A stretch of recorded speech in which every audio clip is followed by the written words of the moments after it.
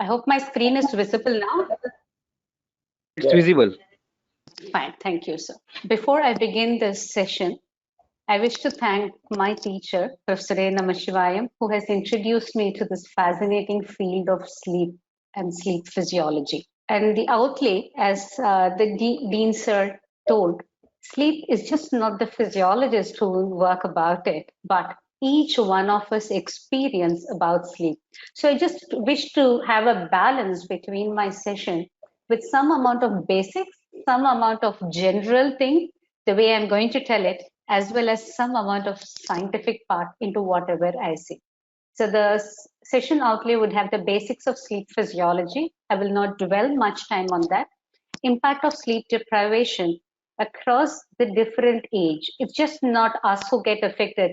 Even a kid or an old age, it impacts us in total. But I'm going to restrict it to only cognition for this seminar. The mechanism that is involved and where we need to focus on research with sleep deprivation.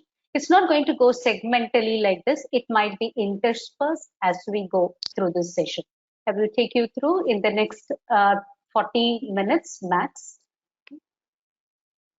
I wish to start the session with the shloka which comes in Ayurveda, which is bowing down to the deity who promotes our sleep.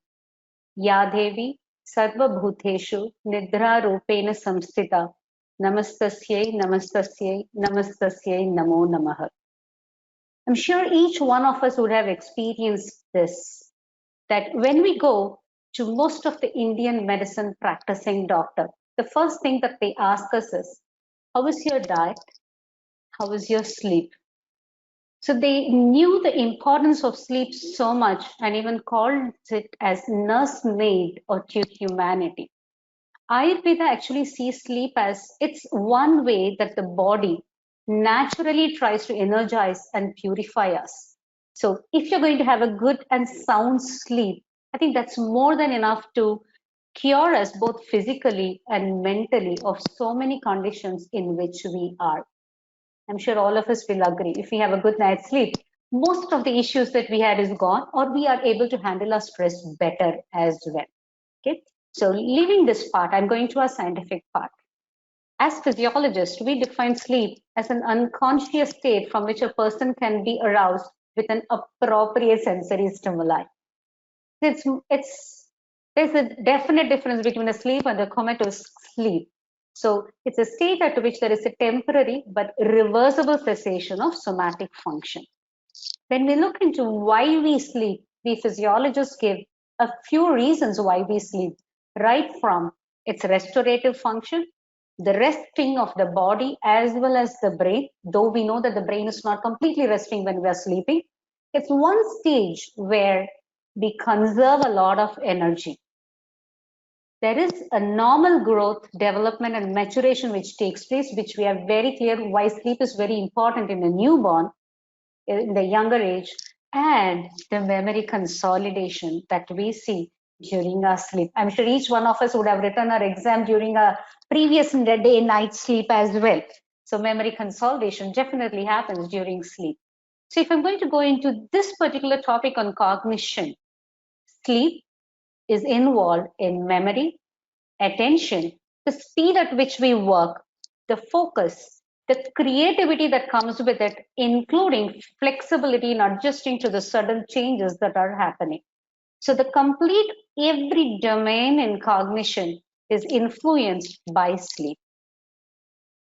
The Sleep Foundation has recommended the duration of sleep that each one of us should probably have. We always know that 7 to 8 hours of sleep is enough, but it's not universal. With age, the duration might reduce, but with the younger age, I am sure, I hope you're able to see my cursor. Can you see at this age? This is the age where we see the teens literally losing out on their sleep. They hardly have 6 to 7 hours of sleep, not even reaching the minimal requirement as recommended by the Sleep Foundation, right? So are we doing the right thing? If we look into, because we are making them learn more, remember more, reproduce more. I'm just saying reproduce more, apart from having critical thinking as well. So that means the amount of sleep that is required should not be compromised. Okay. I'm sure this is something that all of us know, that the two stages of sleep that we have is the NREM sleep or the REM sleep, the rapid eye movement or the non-rapid eye movement sleep, each one having their own plus and minus. And each one, if you see, each of these stages, I hope you can appreciate the purple and the blue color. Through our age, the ratio of the NREM and the REM sleep keeps decreasing.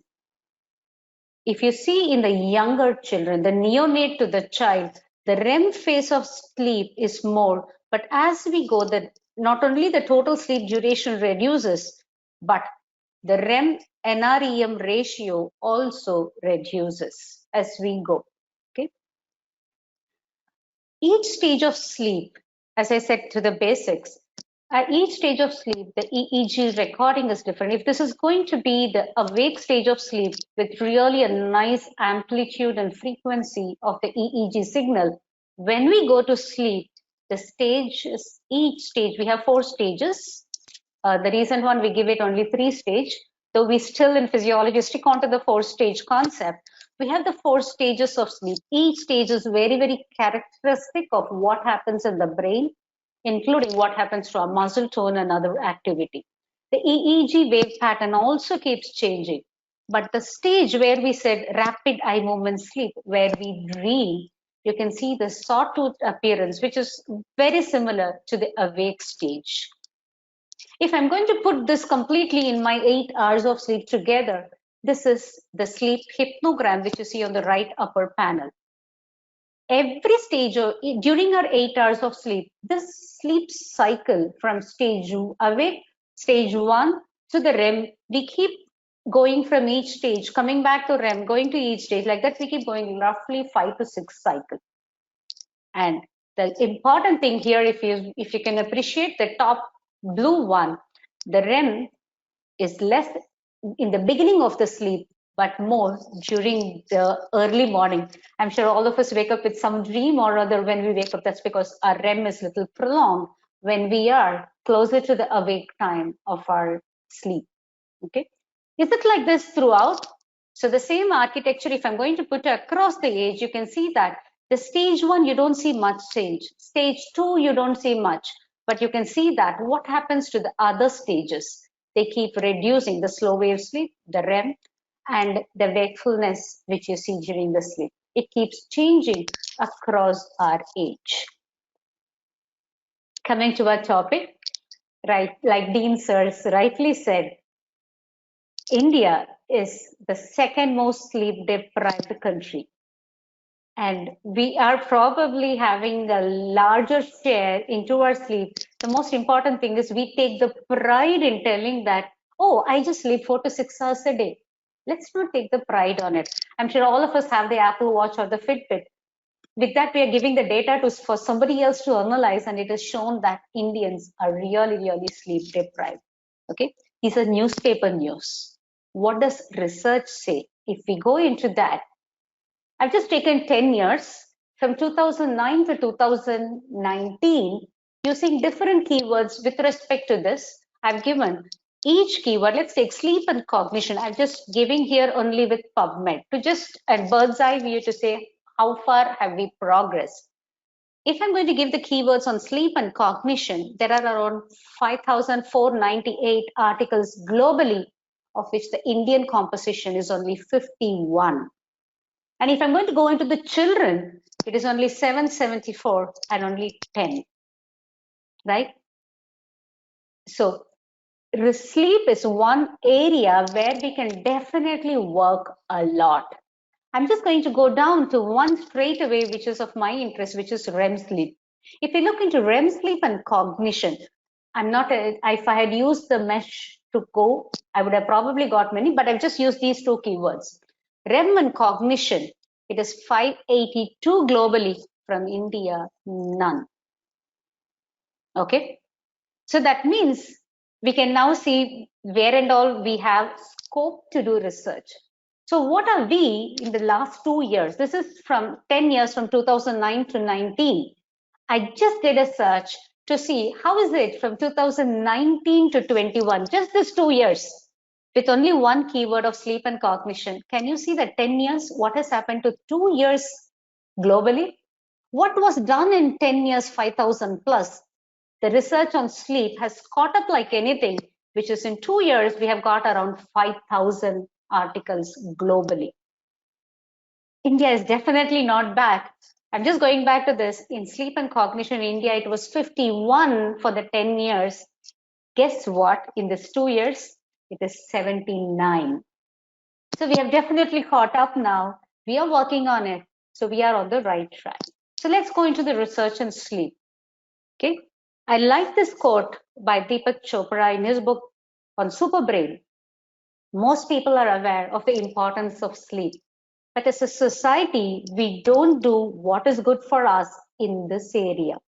We are chronically sleep deprived and even proud of the fact, since it indicates a life on the go and total dedication to our work.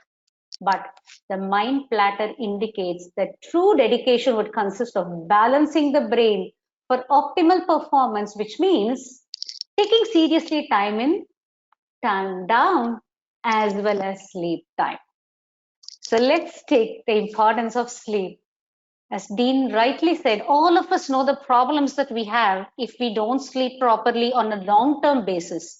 On a one-night sleep deprivation, we know how our emotion goes for a toss. We are literally highly irritable, right? Anxiety is on the top.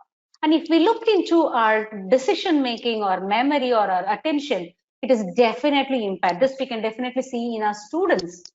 When they sit in for Viva, how they are. You have two good students, but that day they literally burnt the midnight candle, so their cognition goes in for a toss, right? Let me go into the research, what they say on sleep quantity and cognition. So that means I'm going to decrease the duration of sleep. I'm not talking anything about the quality. So they've shown that the sleep duration, if it is reduced, it significantly impacts our cognition. If there is increased sleep, 11 hours per night, there is lower global cognition. I've not decreased, I've increased, okay? But if you take it as short naps, you can call it as power naps, there is improvement in their alertness, sleepiness, short-term memory, and accuracy. All of these things definitely improves with the power naps. So what they've shown is the performance on memory and verbal fluency is definitely reduced on a Monday morning if I'm going to have a delayed weekend sleep. We always party on a Sunday night. Definitely, can we shift the party to Saturday night so that the Sunday we have a good sleep, so that Monday we are again with all rejuvenation. We are at our workplace with renewed energy because of a good night's sleep. But we don't do it. We spend the night on the weekend. So proper alignment between sleep and wakefulness has to be there with our internal clock as well. So this is very important for cognition. But if you see research, there is less research on circadian phase change, daylight saving, long weekend nights. So probably this is one area anybody is interested to work on sleep. This could be an area which they can take up for research on sleep as well. So if just one night poor quality of sleep affects our attention span, our memory recall, as well as our learning ability. So it's always better to have a good sleep. 6 hours of sleep for 14 nights or a total deprivation of 2 nights have the same effect in decreasing our attention. So this is my life, I sleep only for 6 hours a day, or I have got deprived only for 2 days. It's going to have the same impact. So better let's not reduce the quantity of our sleep. If I'm going to have the acute sleep loss, what studies have said is there is a greater complex when I'm going to give them a complex task. they are highly susceptible to make more number of errors. Their attention and vigilance is strongly affected whenever there is an acute sleep loss. Okay? So what they've said is the percentage of individuals with frequent sleep disturbances who report missing to work or making errors at work is as high as 46%. Then you can see how much it can affect productivity of an organization. So there is increased risk of injuries even in an athlete if they have less time for sleep. This is another area for research. How is the sleep quality and quantity among sports persons? It is not much studied in our country. All of us know one of the important questionnaire that is being used for assessing the quality of sleep is the Pittsburgh Sleep Quality Index. If my quality is reduced, so long we were saying about quantity, but if my quality is reduced, when I say quality, I sleep for that 6 hours, 8 hours, or 10 hours. I wake up refreshed. That's good quality sleep. Okay. If not, my quality was very poor. I have had a fragmented sleep. I had number of arousals during my sleep was very high. Okay, so that means my quality of sleep is poor.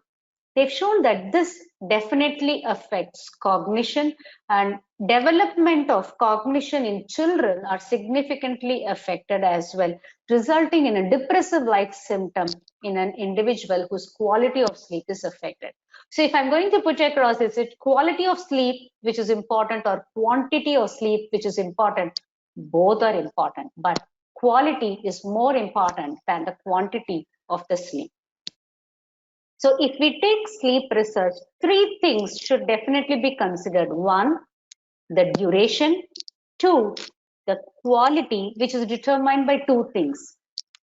The depth of my sleep, how much have I spent in my stage 3? The quantity, the continuity of my sleep, how many cycles did I have? Did I have 6 cycles or 16 cycles in my 8 hours of sleep? Did I have too much of fragmentation? Both of these things determine the quality of my sleep. So this golden triangle of duration, the depth and continuity of sleep forms good quality of sleep. Okay. So when we see it in children, these are all from the published articles only. Not only the memory, but the brain maturation, which happens during the developmental stage. That's why earlier they used to say the nursing mothers feed once in 2 hours. Now the physicians say give demand feed. Don't wake up the child if he's sleeping for nursing them. It's because there is so much of brain maturation which happens during the sleep.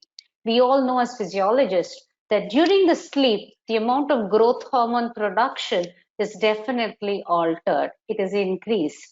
So that is involved in the neuronal maturation as well. So it is important for maturation of the brain, cognitive function, as well as memory consolidation and learning. So if you see that, what they've said is in preschoolers and primary schoolers, the 12 hours of night sleep is probably very, very important. Okay, I hope you remember the National Sleep Foundation guideline. That's 12 to 14 hours for the preschoolers and the primary schoolers. Okay, so the sleep architecture, it slowly changes from the decrease in the deep sleep to slow wave sleep and the REM stages of sleep. So what they've shown is toddlers and preschoolers, when they are given a lot of midday naps. I still remember as a kid, we used to have the last hour as the blankets are spread across in the floor, chairs are all pushed to the walls, and we used to sleep. Probably we used to be woken up when our parents come to pick us. Otherwise, we are in a good sleep. That is very, very important because there is consolidation of learning. Now, there are studies which they have done on experimental animal.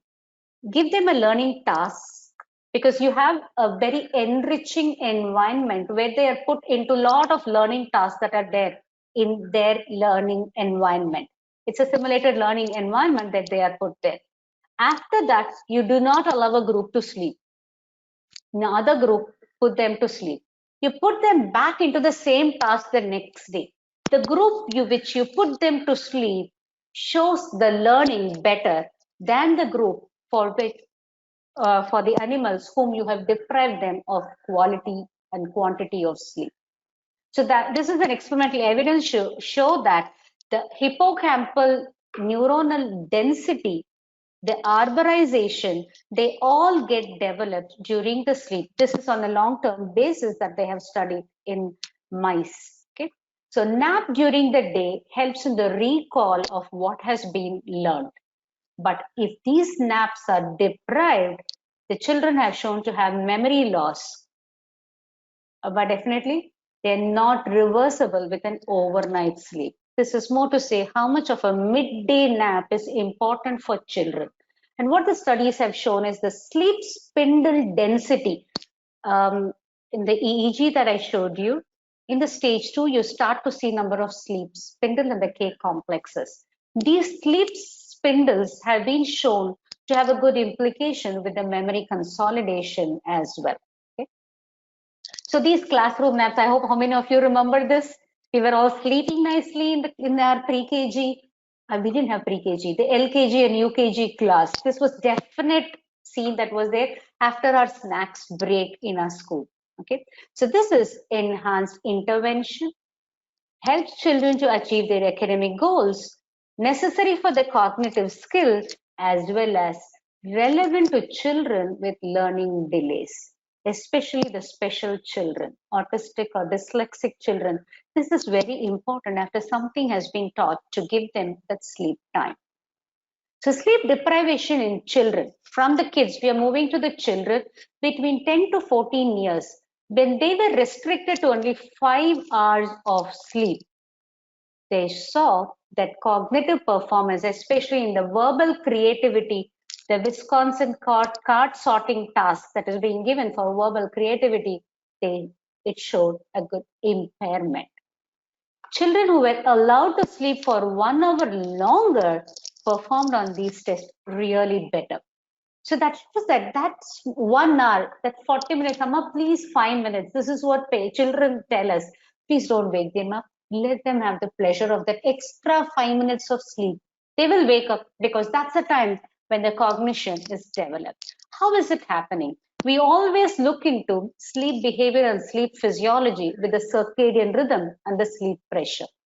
But there is so much of change that is happening to the gray matter and the white matter that I said in the hippocampal neuronal density and the arborization, the network, the synapses that are being made have been shown to increase if the sleep quantity, sleep quality, that is undisturbed sleep. That's how we don't have a PSQI for rat. It's an undisturbed sleep, and the sleep spindles that are seen during the EEG recording in the moving rats when they sleep.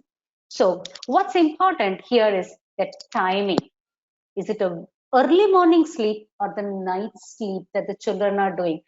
I think it's good to have a nighttime sleep rather than burn the midnight and sleep in the morning 6 to 10 o'clock. It's train the children to avoid it. It's need based, but let the timing be very specific as well, so that we give them more time in the slow wave sleep to have good number of sleep spindles getting formed, which can have good memory consolidation. Each of these things is important for our intellectual ability in the children getting developed, emotions, risk taking and lesser injury, learning memory, reward and motivation. So how can we influence all these things? They've shown that if, I don't know whether this lockdown has given us a plus or a minus, the school start time, giving them more creative curricular and extracurricular activity, and the time spent on the technology. These external modifiers definitely impact the sleep in the adolescent, and which is going to impact the outcome that you see in their memory as well. So if you see, is there a difference between male and female? Yes. Male are more susceptible to sleep problems than female. something women can definitely do. Even you give them a short time of sleep, their cognition is not that impaired as to the same time of sleep deprivation that you give for a male. Probably women are able to handle more stress, including sleep deprivation as a stress. Okay? Not only gender, but even ethnicity has an impact on our cognitive performances. So how, in which elite group am I? Definitely that ethnicity has really a very good impact on how we have our cognition getting impaired. Especially in the Africans, it is definitely better than in the American who are on the elite side. I'm going from children to adolescent to elderly. Please see this hypnogram. The upper one is of the children. You can see how many sleep cycles are there. Roughly 4. Can you see the same thing on the lower pane? How many sleep cycles are there? Roughly around 9. You can see that how much the sleep fragmentation happens.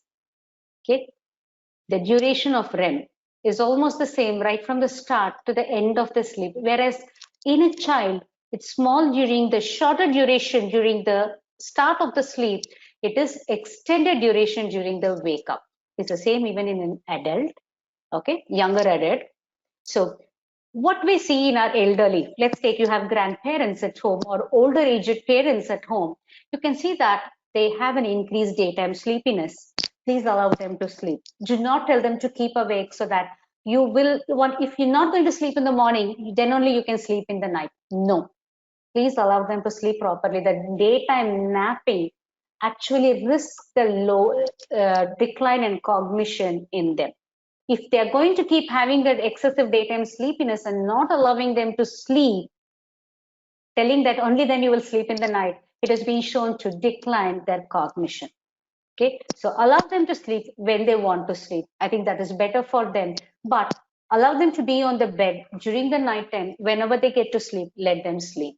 So what they've shown is sleep definitely affects their emotions too, be it the subjective emotional rating. Okay, fine. Here, the unchecked, uncolored box are sleep deprived. The colored box or the black boxes are the one which are sleep rested. You can see that emotional rating is better, happiness is better, angry is better.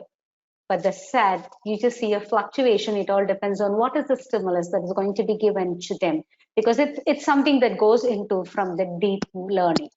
So our emotions are also, we already know that when we are sleep deprived, how we emote. So let's have not be sleep deprived much. So they've shown that short as well as long sleep are associated with poor cognitive performance in older adults, right? So there is an appropriate time for sleep. They get the sleep in the early morning, in the mornings, please let them sleep at that time. In the same old age or older adults, if we see sleep, you can see how it is fragmented. That means it is going to affect in their memory consolidation as well.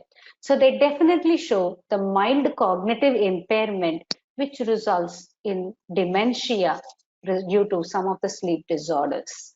Okay, be it Alzheimer's disease or cognitive decline or even Parkinson's disease, where the sleep is compromised, you can see a mild cognitive impairment on them. If the sleep quality is improved for them, you can see these things becoming better as well.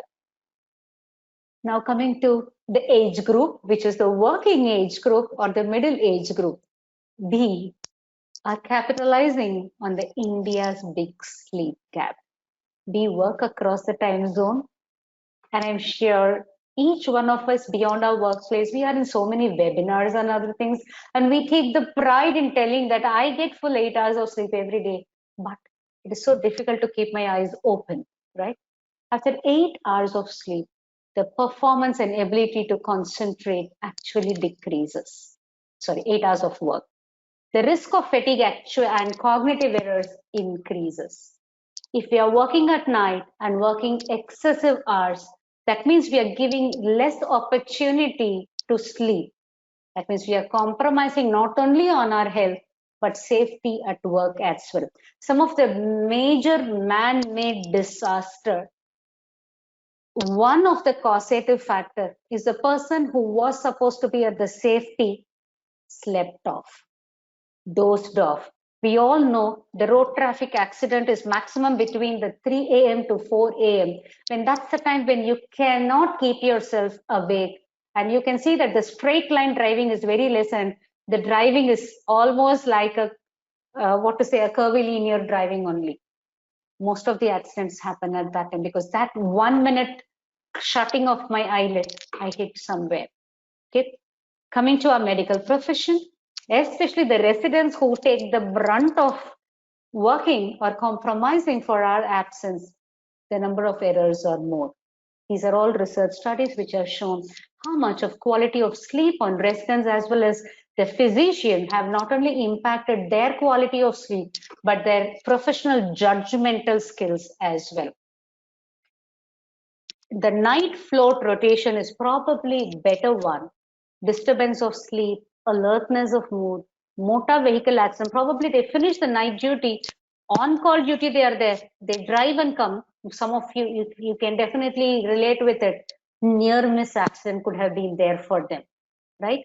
Can we try to avoid certain things like this so that we do not lose our own kids?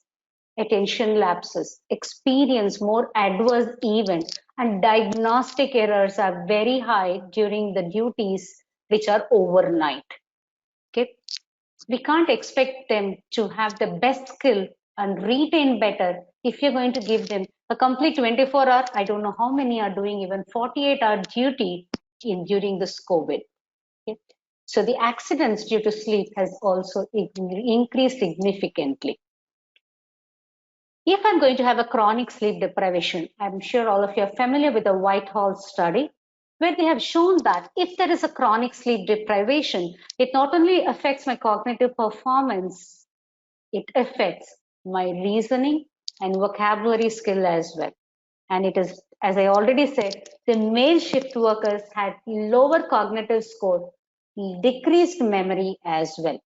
However, these were definitely reversible. Okay, so probably you have a long shift.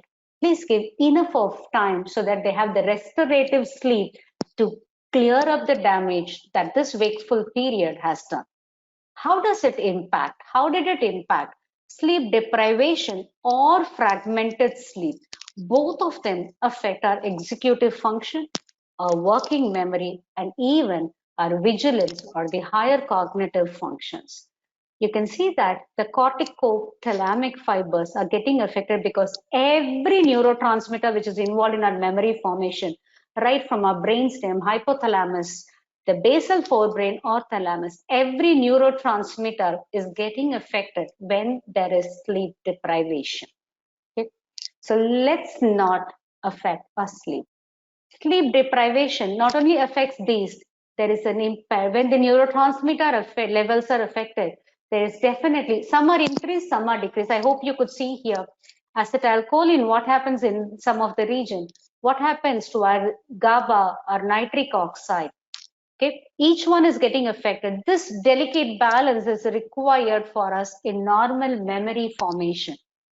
Okay, but when we are sleep deprived, there is these neurotransmitters are getting affected. So there is an impaired neuronal transmission resulting in altered synaptic plasticity. I'm sure we'll agree. Synaptic plasticity is one of the important thing in memory consolidation. That gets affected, resulting in cognitive dysfunction. Okay? So when we see memory, it's all stages of sleep is very important, and the timing of sleep, is it REM, non-REM, and the timing is very important because that impacts our mental health. We all know that the sleep impacts immune system as well. I'm not going to go into that part. So each one gets affected. Each one is again influenced by the artificial light exposure. We are all with our mobile phone. What we eat and drink before our sleep, what is my gene? My genetic definitely has an impact. Am I a shift worker? Do I sleep properly? Definitely my BMI impacts. Most of our interns have learned to sleep with the beep, beep, beep sounds of our ICU and other places. You don't know how difficult it is to sleep with it for us when we are there. Okay.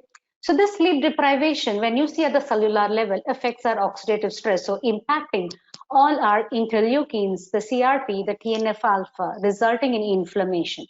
They also impact, as we saw about the neurotransmitter, another thing, the neurogenesis, affecting the synaptic plasticity, resulting in cognitive impairment. We can keep going on, stretching this further, because the genetics not only influences dementia, but influences our sleep disturbance as well, because our genetic makeup definitely impacts how much I can clear my amyloid proteins, the tau proteins, or the inflammatory end products. And all these things can not only influence me getting into dementia, but affect my sleep disturbance, and which can again, like a positive reinforcement or a positive feedback, result me having more dementia. Okay, I'm just going to skip this one. I've been telling only on sleep, but I love REM sleep, because this is one stage where we dream, and we know we all have dreamt of writing an examination. They've shown that REM is a very, very important phase of sleep where there is a lot of memory consolidation happening. Any reduction in my REM stage of sleep definitely has an impairment on the phosphokinase and the GREP proteins. This impacts our memory. Okay, so whenever, if we am going to be awake, I'm going to have my cognitive impairment. So what they've said is, like how we are all familiar with oxygen debt, there is something called a sleep debt. There are a number of reasons which can result me going in for sleep debt. We will have to repay the sleep debt as fast as possible. Okay, if we are not going to repay that, we can slowly see how our memory gets impaired. A conversation is not, I'm not the same me in conversing there. Take up too much of stress, I'm stressed out, I cannot focus in a meeting. Slowly, I'm going towards that dementia as well. If I'm also genetically prone for it, definitely repay your sleep debt. Every lost hour of needed sleep turns out into an hour of sleep debt, which can only be repaid by sleeping for another hour at a later point. Let that another hour be as early as possible so that we don't go in for this long-term impact of having good sleep debt. How does that happen? That saying said that I've lost 1 hour of sleep, catch up with another hour of sleep the next day. No, our recovery sleep is longer. I've had a debt of 1 hour. The 1 hour of recovery sleep doesn't revert me back to normal. I'll have to probably repay it. If I'm going to repay it within 2 days by 1.5 hours, with 3 days, if I'm going to repay it after 5 days, with totally a day of long sleep, if I'm going to repay it after 8 to 10 days. This is research finding. As many days you're going to take to repay your sleep debt, your recovery sleep takes a longer time to repay. You all know that we do all these things to have cope upon our sleep deprivation or increase our performance.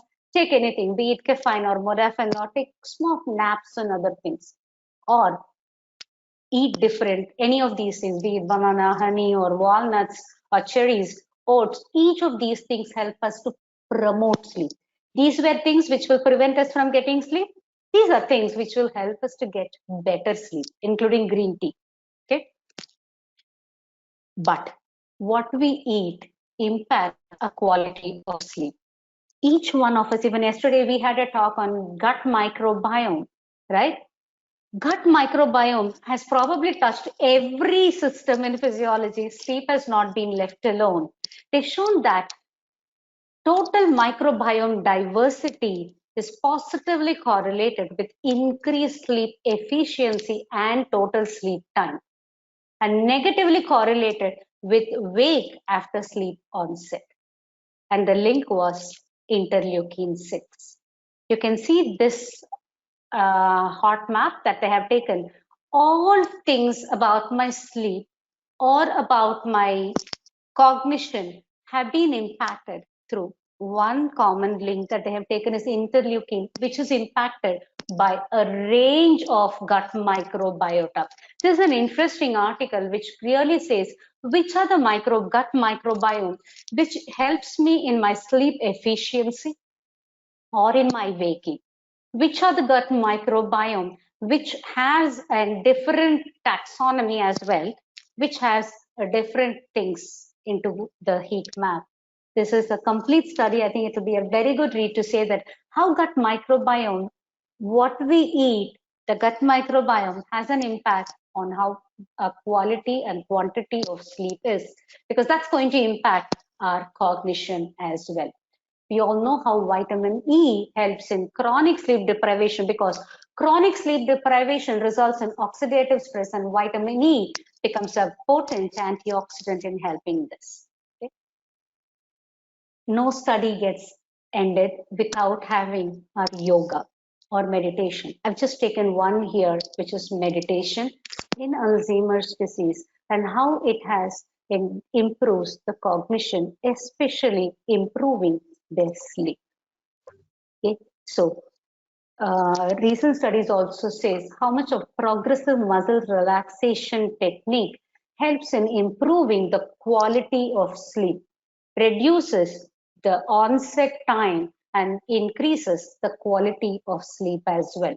So yoga has been shown to improve the sleep quality and hence cognitive decline.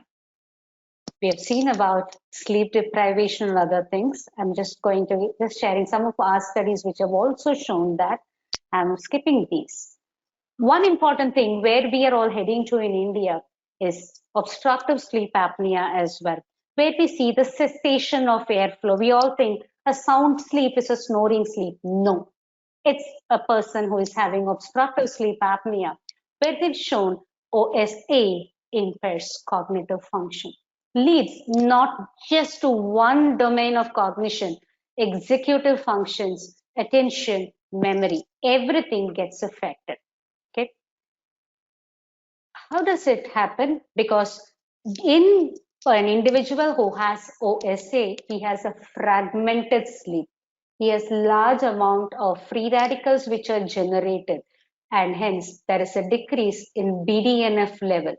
Hence, it has a decrease in synaptic plasticity, resulting in cognitive decline. Okay. This is a big picture, which in itself can take 15 minutes to discuss on. But just to say that in OSA, that chronic intermittent hypoxia that you see in their apneic, hypopneic, and normo-oxic condition, there is large amount of free radicals that are generated, which results in cognitive decline, especially in memory, executive function, and attention and vigilance as well. We have also seen how much sleep apnea increases work disability as well in IT professional, where you normally see and working across the time zones as well. A recent paper which is getting published in commercial vehicle driver, we have seen that commercial vehicle drivers, especially the heavy truck drivers, their reaction time is significantly prolonged, resulting in accident. You know that something comes, you have to immediately put your brake or honk or take a diversion. It was very difficult for them to do it, resulting in either a near miss accident or a real fatal accident as well. We are in this COVID era. When we see COVID and sleep, I hope you remember how much was there in the 10 years, which was 5,000. Just COVID and sleep, there is close to 1,590 articles in PubMed. Sleep affects immunity, which impacts your COVID. So COVID-19 has all of them getting affected.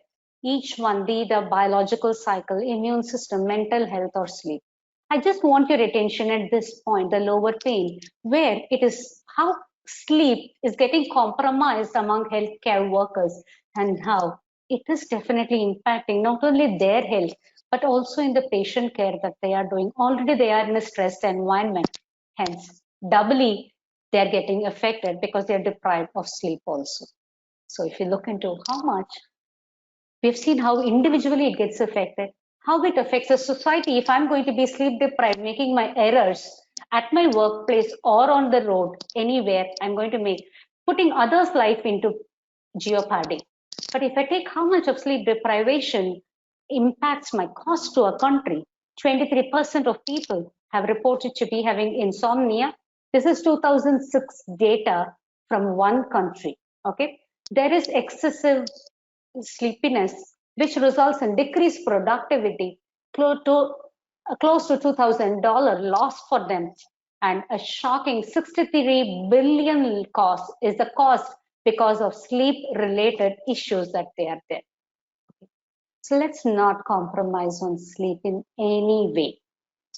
We need to remember to sleep because sleep is important for us to remember. So World Sleep Day, which is of the World Sleep Society, has been taking this as an important thing, which is celebrated in the month of March. And I really appreciate the National Physiology Society taking it up, this nice initiative. Each year it goes in to say how important sleep is. And this year it falls on the 19th of March, which is regular sleep is important for our healthy future. So let's remember to sleep. And these are the 10 tips that World Sleep Society gives. I have taken all my images from World Sleep Society website with their permission so that it is more catchy to understand what it is. Okay, having these 10 commandments like how we have in the Christian religion, having a regular bedtime, allowing ourselves to have the power naps. Remember to have healthy food before we eat, before we go to bed. Avoid caffeine or other things. Avoid snacking. Probably heavy workout. Use your bedroom only for sleeping and for nothing else. Or do not work with your laptop there. Comfortable bedding, temperature, as well as the light that is going to be there.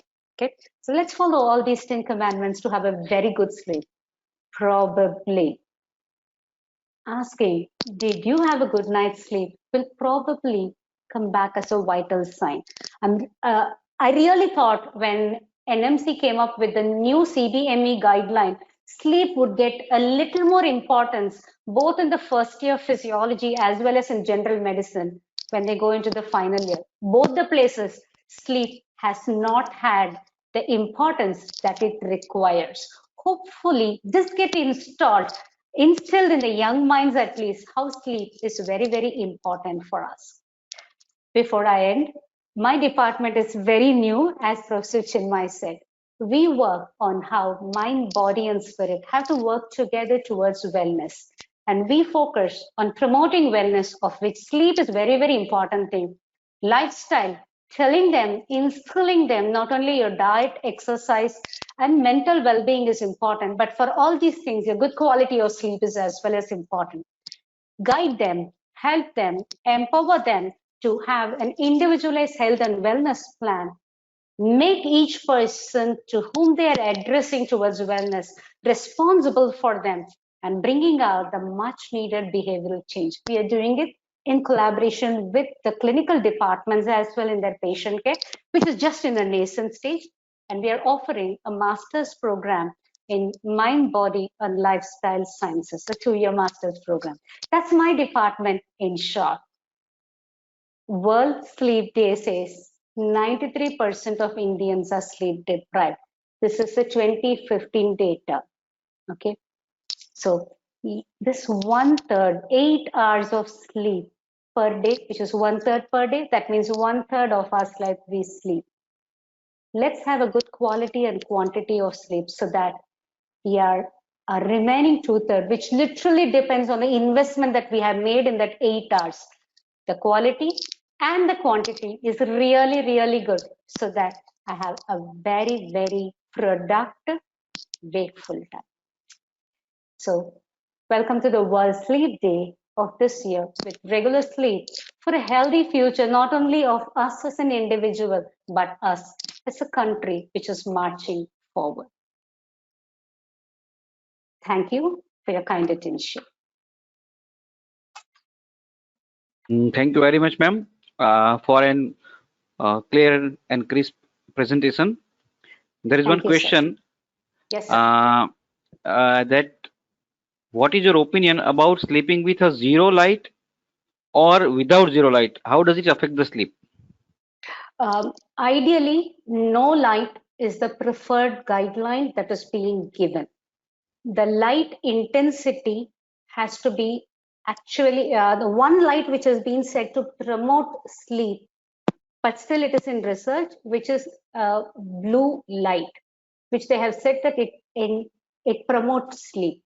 One more thing is that this blue light has been said to be a photobiomodulator. Okay, Yeah. so the blue light has been said to be a photobiomodulator, which also helps in free radical quenching, which is also one of the work of sleep. So they have some studies, it's still not clear. Some studies have said that this blue light can probably enhance your sleep. However, having very, very less light in our bedrooms enhances sleep. If that's not possible, at least an eye patch would help. And your next question was on dream. We do Yeah. have dream right in the first REM episode in itself, but we tend to remember the dream that we see at the last. That's the only thing. But if we wake up in between, let's take you can have your kid sleeping next to you having a nightmare. At the time you wake up, they definitely be able to tell what the dream was. Okay, so we don't wake up after that REM episode and we go back to that slow wave sleep. That's one of the reasons why we are not able to recall that. Okay, ma'am. Then one more question is, just a second. Dr. Mathangi, does having a mobile phone in your room where you sleep, or you see your messages before, I mean, where you sleep, does it have any effect? Good afternoon, sir. Nice. I'm thankful that you're also here in this, sir. Very, sir. Number one, the digital detox that is being recommended for a good sleep is at least 45 minutes before you go to sleep. No digital equipment, be it a mobile, a laptop, iPad, anything, 45 minutes before you go to sleep. Number two, the advice that is guidelines that is being given is if you're going to have your mobile phone in your bedroom, please keep it in a silent mode, not even on a vibration mode, because this disrupts the sleep. So the sleep gets fragmented, that means I'm having a poor quality of sleep. So ideal is avoid having your mobile phone in your bedroom. If anybody needs to reach you at that hour, they can reach you through your landline, because landline doesn't get disturbed through SMS or WhatsApp messages. Yes. I have got some sleep meditation music in my mobile phone, which helps me to go to sleep. I mean, there are affirmations and meditation music, which Yes. I quite often play before I go to sleep. And after that, it is so quick that after that I just drop dead. I mean, it's a quick sleep. Sir, I just went in for only meditation. There are a number of alternative methods which helps us to sleep, of which one most important thing is music. All of us know how much lullaby puts us to sleep. And there are specific ragas which puts us to better sleep as well. In Carnatic, we have something called as Neelambari, which is only for sleep. The name itself is for the sleep. So like that, the sleep meditation music, which is actually there, which puts us to sleep. I just wish to bring here one important thing. We always think that music puts us to sleep. Now the reverse has come. Can I take the EEG of sleep, convert it into music, and then give it for people who are deprived of sleep? And that has worked as well. Okay, so that is converting EEG pattern of stage 3 and stage 4, convert it into music, and then make it as a music to promote for sleep. Okay. I should have projected that, because I did that for a music and sleep. Importance of music, I did have it, but because this was more for cognition, we can have a second session in the next month or so regarding music and sleep. I think all will love it. Yes.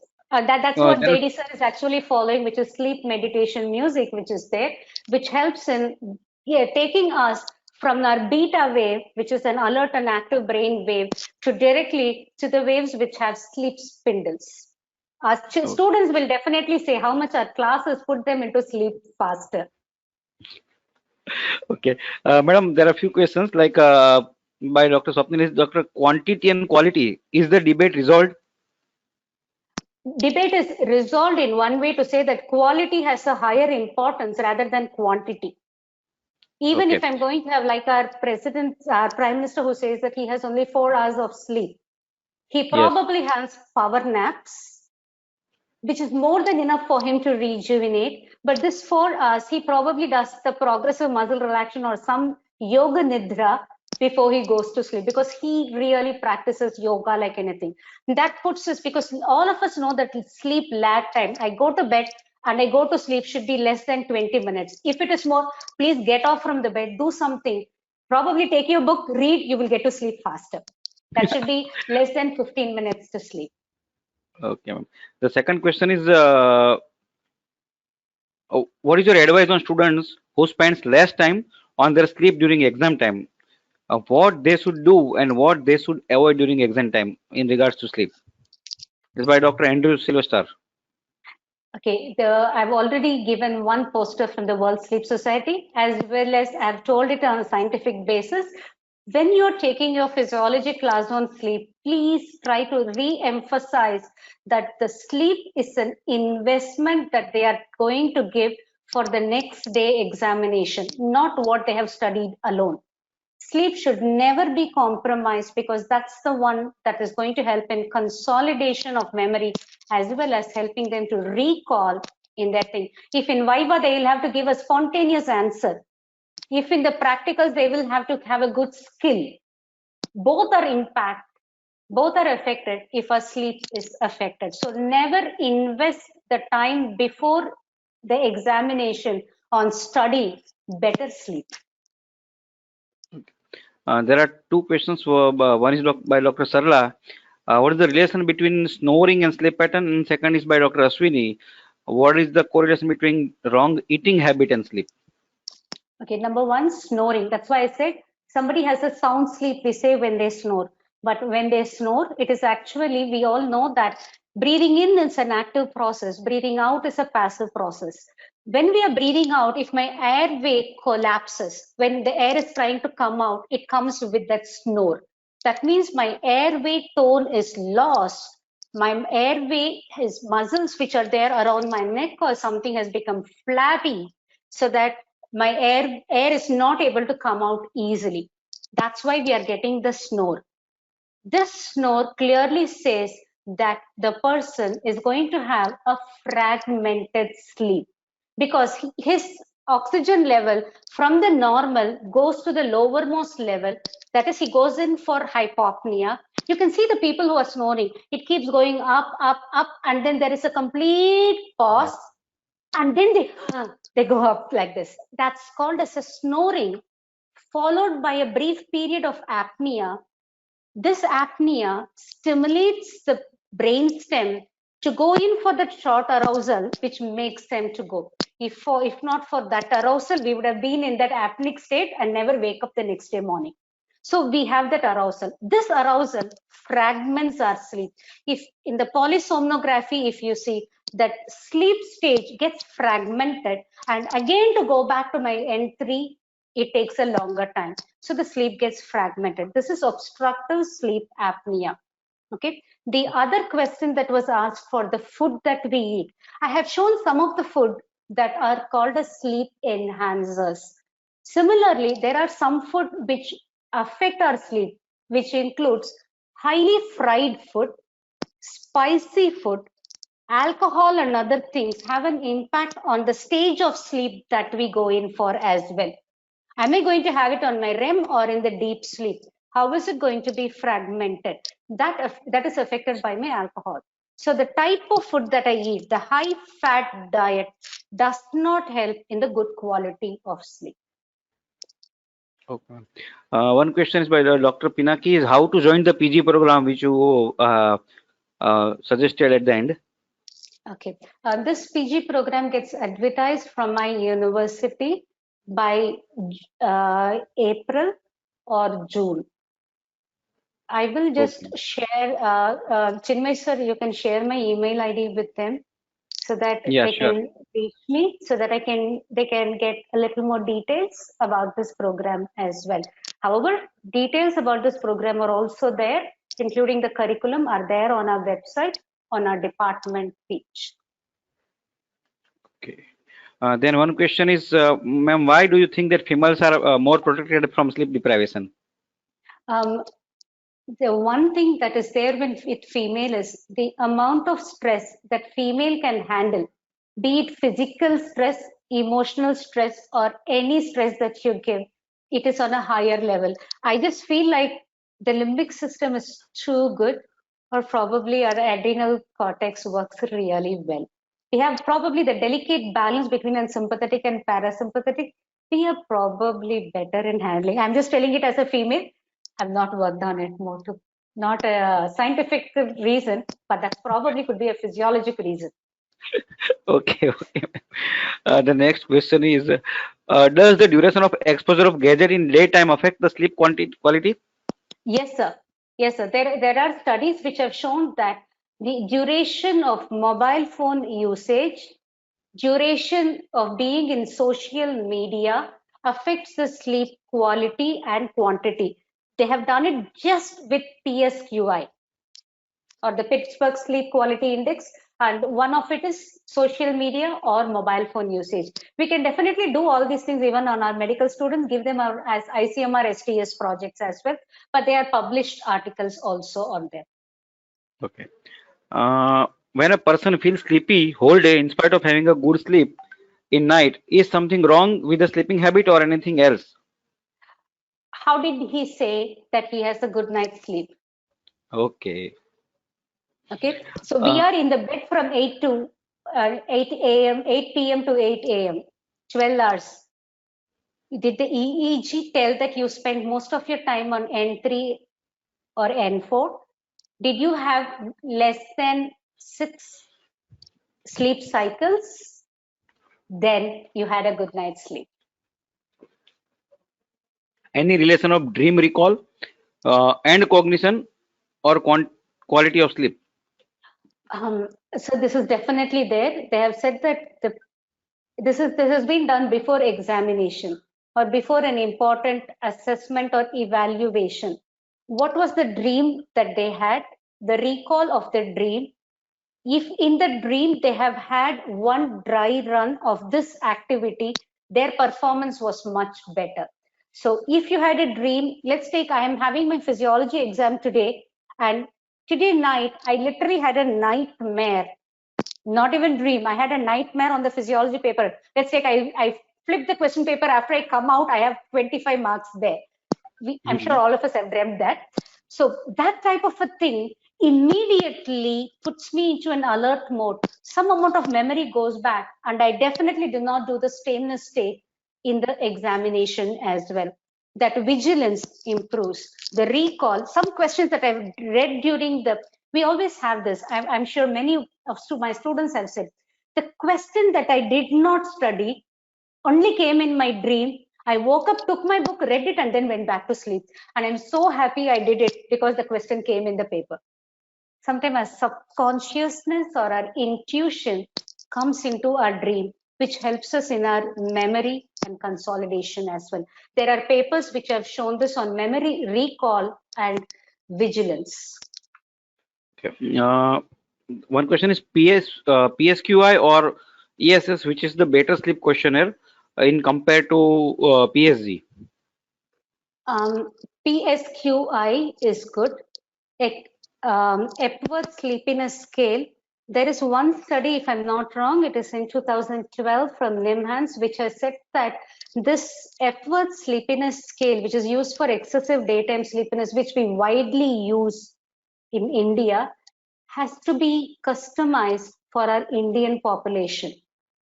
Yes, ma'am, We you're right. still do not have an Epworth sleep. We are still using Epworth sleepiness scale, which we cannot use it for an uneducated person. If I'm going to the same study which we did for our drivers, it did not give us good report, but the other questionnaire gave. because PSQI has more number of questions which deals with the different levels of sleep as well. Yes, ma'am, definitely. Whereas Epworth Sleepiness Scale only goes in for the daytime sleepiness. Yeah, and very catching only few data from us. Yes. And that's, you rightly said that only educated people, and though educated and well-aware people can use it. Yes, definitely. So there The are next too question. many things that are there in research in sleep where we can take it. One is developing our own sleepiness scale, daytime sleepiness scale questionnaire. We do Okay, ma'am. have an equivalent for Berlin questionnaire, which has been developed by AIMS Delhi by Professor Sharma et al. They have developed a modified Berlin questionnaire, which can be used for OSA in Indian population. We have, I think, 4 or 5 questions more, and then we will end the session. Okay, sir. Yes, The sir. next question is special child and sleep pattern. Can you have, can you throw some light on it? I didn't stretch on that, but sleep quality in autistic children has been found to show that they are better responsive to commands. The only thing is that it is very difficult to hook them to a PSG or have their fMRI being done without putting them to a sedative. So once you put them on sedative, both these things do not give the actual data. So these are more on the caregiver who tell that how was their quality of sleep, or a simple actigraphy, motion sensors which are tied to them, which helps us to monitor their sleep pattern. And then they have seen how good or are they in taking up commands, how good are they in reacting to a new environment. And it has been found that if sleep is compromised, both these things get affected. Okay, ma'am.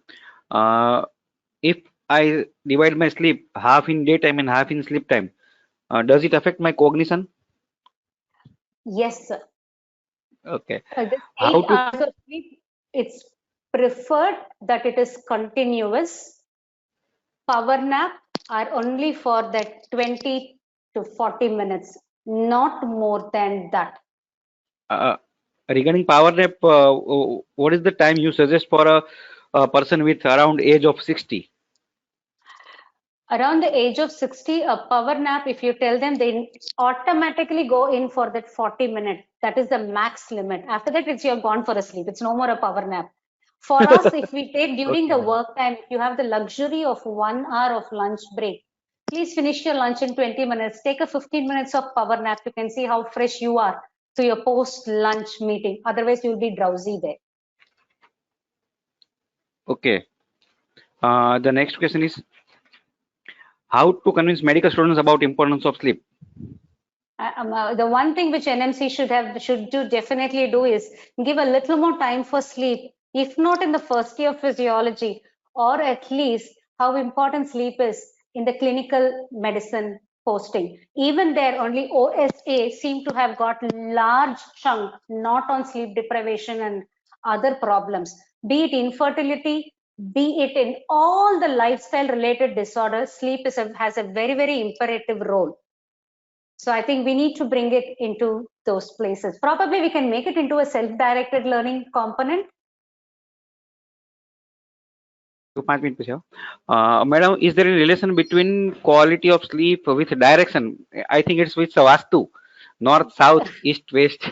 Sir, there are some people who are gifted who can sleep in any position, Yes, right? So any position of I'm bed. not competent to say that the north-south magnetic pole. There are some people who say that do not sleep with your head on the north, because you get bad dreams and other things, but I am not right person to answer that, sir. Okay. There should be something which biomagnetism and geomagnetism should be there. Okay. Hello. Yes, sir. Yeah. Okay. Video stopped. What about your suggestion to today's teenagers who are actually now more focused on late night work and late night sleeping? I think this has to be avoided. It is very difficult. I have my children who are 20 plus. Now, both of them do not listen to me.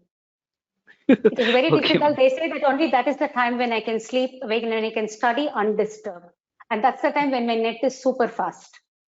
Yes, yes, because people are Cannot not say using. anything beyond that, but they should know that this is going to impact their health when they are at 40. Okay. And if And I've already said, when if you're genetically predisposed to certain condition, that means you are hastening your disorder to an earlier age than what your parents or grandparents had. So it is ideally advisable to sleep between at least 10 to 6, if not at least 11 to 6. okay, ma'am. Don't shift it beyond 11. This is something that I keep telling, but none of the teenagers accept it. Okay, ma'am. I think this can be our last question. That is there any relation if I share if I wake up early at 4 o'clock, because it is said that getting up at 4 a.m. is a good. What is your comments on it? Um, I'm a person who wakes up at that time, and I know that that's the best time to wake up, because what the children say that 11 o'clock I have no disturbance, I have the fastest internet, I have it at 4 a.m. as well. So better wake up at 4 o'clock and don't do it. That's number one. But as a sleep researcher, I would say that because I have slept between 10 to 4, all the sleep detoxification function of the sleep, I have given it the time to do. And there are no metabolites which are going to impede my memory. The brain neuronal connectivity is very fast, and my learning is faster when I do it in the morning. I'm just talking as a physiologist here. And research has also said that during the sleep, the metabolites which are there are washed off. So the neuronal environment is better for new learning. Yeah. So I think our ancestors said that early to bed, early to rise, since years Yes. together, and we are not following it, and we want to prove it with research also, and then also not following it. So I think it was a fantastic discussion, ma'am, with Thank you, you. sir. I think all have enjoyed it, and it shows the participation from participants also. So again, thank you very much, madam, for sparing your time and Thank you, enlightening sir. us in this field. Thank you very much. Thank you. Thank you, sir. Thank you. I am thankful to Mehdi sir also for providing us this platform for this webinar. So thanks to MU India, thanks to Dean sir, and thanks to all the participants too. And thank you for the Thank opportunity to be here.